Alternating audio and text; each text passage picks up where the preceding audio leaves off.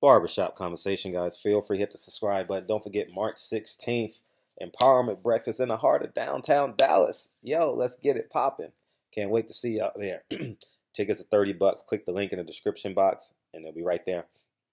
Bring your friends, your brothers, and we'll hang out for a couple hours.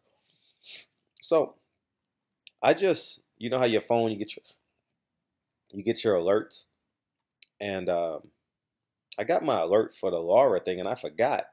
And I got on it probably like the last 4 minutes. And I realized they only had 200 and high 200s, 200 between 280 and 290 people on live watching that press conference. And if you combine that with Tank's 500,000 views, Showtime is declining. And why is that so alarming is because they're going to have to make a splash. They're going to have to do something unrealistic. They're going to have to invest in their production. They're going to have to invest in their marketing because no way in hell should Showtime, you guys don't see the screenshot, no way in hell should Showtime only have 200 and something people watching. I get that on my live. If I go live, and if it's a hot topic, I'll get 300 people in my live, you know? So, Ness Boxing Voice, they get 700 people. Trill Boxing Talk gets 700 people. You know, it's this is a big fight. So people are more excited about listening to our opinion than actually watching these guys' press conference. It's pretty crazy. I've never seen numbers that low before. And if you are a part of the YouTube production Showtime, you should be concerned. You should have some level of concern because if Javante Tank Davis has 1 million Instagram followers, and he only does 400,000 views, there's something not clicking there. You know, I don't know if it's the production, I don't know if it's the build-up, but I believe their next fight is Carissa Shields, April 13th, and if Tank Davis does under 500,000, you can tell by the YouTube numbers, and no one's really even mentioned this fight. This is literally the first fight on the video, and it's about Showtime that I've seen this week, or that I've heard, or that I'm doing, and it's Thursday already. And if Carissa Shields comes in with low numbers, and that's, in my humble opinion, the best female fight that can possibly be put on together, you know, not unless Ann Wolf comes out of retirement, I think, or Layla Ali and fights Carissa Shields, I think that would be hell of a entertainment value for boxing fans, and the promotion would be great between her and Ann Wolf, Layla Ali for that matter. You know, I think that would be important. But Showtime, Showtime is declining. You know, and I think that because Showtime is a subscription base, meaning we have to pay extra, and ESPN is part of our basic package, and Fox. See, Fox production is pretty damn good. Showtime's production is the best on subscription base. Obviously now they're the only one in it, but even then, I like their 24 access. It's fucking amazing. You know, they should have invested the 24. I don't know how much it costs, but to get 300 people for a Showtime main event fight on a Saturday night, get under 300 people watching live. If I go live right now, I'll get 150 people. Easy peasy. Like, that's nothing.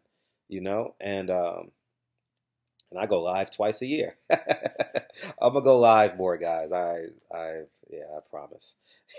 So, I think we need to be more cognizant, and I think Showtime has to be more creative. I said this in the video last time. I think they need to lock in personalities, as in fighters. Here's the trick: if the fight isn't a big draw,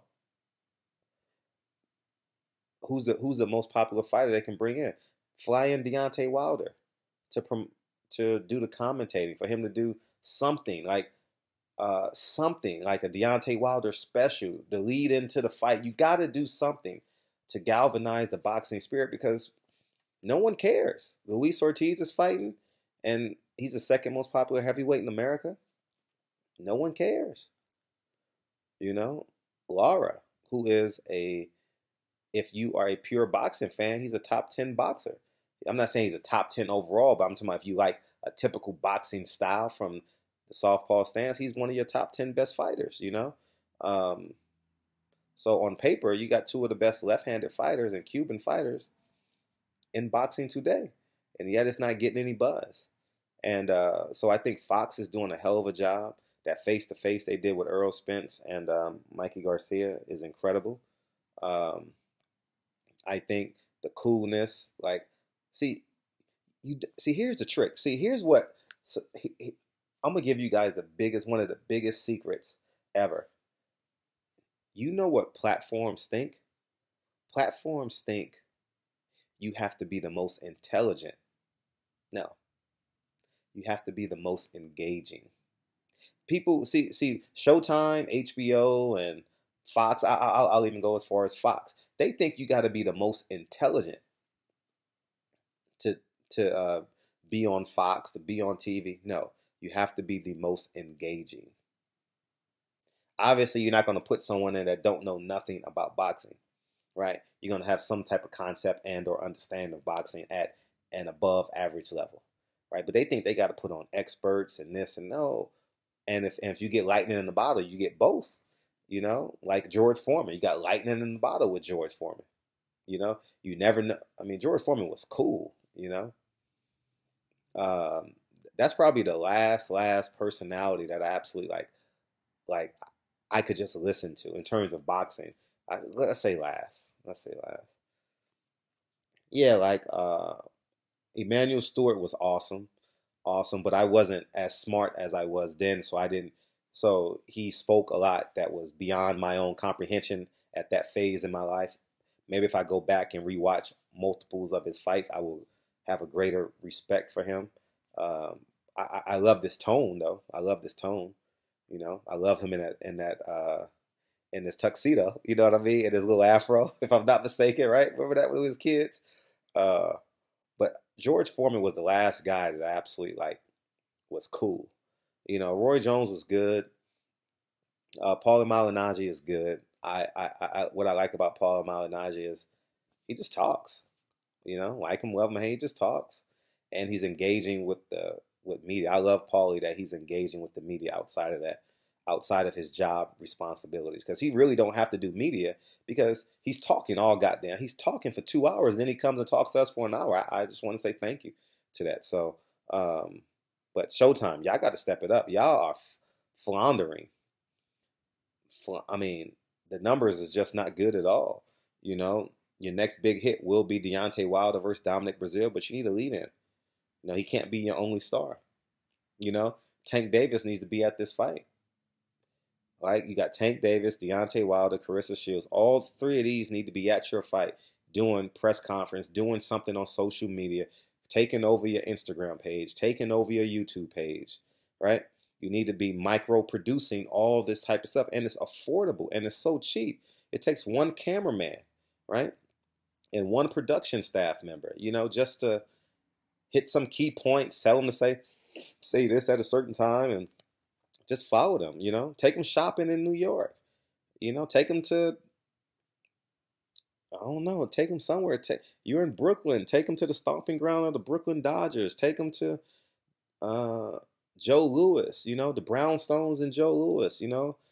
Joe Louis used to sit on brownstones like, you know, you got to be creative. You got to do something. And I guarantee you these ideas will be taken by someone. I don't doubt it one bit. And that's why, like, I enjoy, like, Ak and Barack. You ain't got to be the smart. I don't know if they're the smartest or they're not the smartest, but they're engaging. Like, what are they going to do next? They pulled up in the barbershop. They got a guy who was hating on memes about Deontay Wilder, right? And didn't they take Anthony Joshua? They give him a Brooklyn starter kit. That was hilarious, you know. And I think that's where I think we need to be headed right now in this stage, especially when we get information in a minute or less.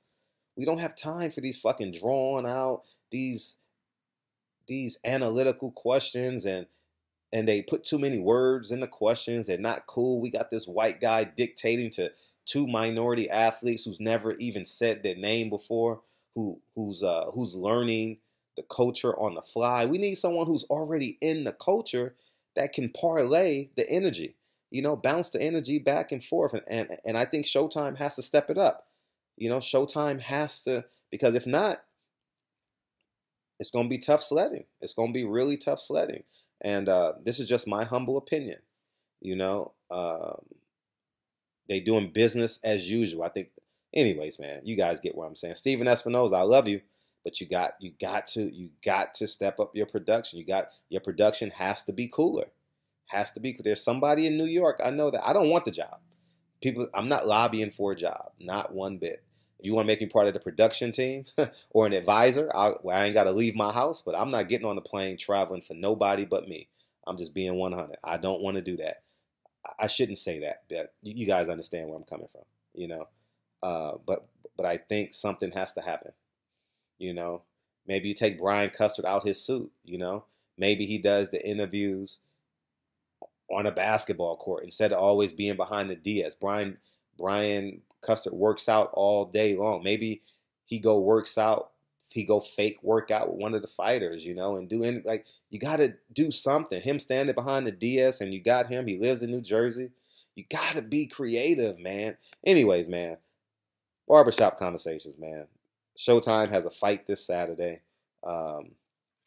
King Kong Ortiz. And I want Showtime. See, I'm saying all this because I want Showtime to win,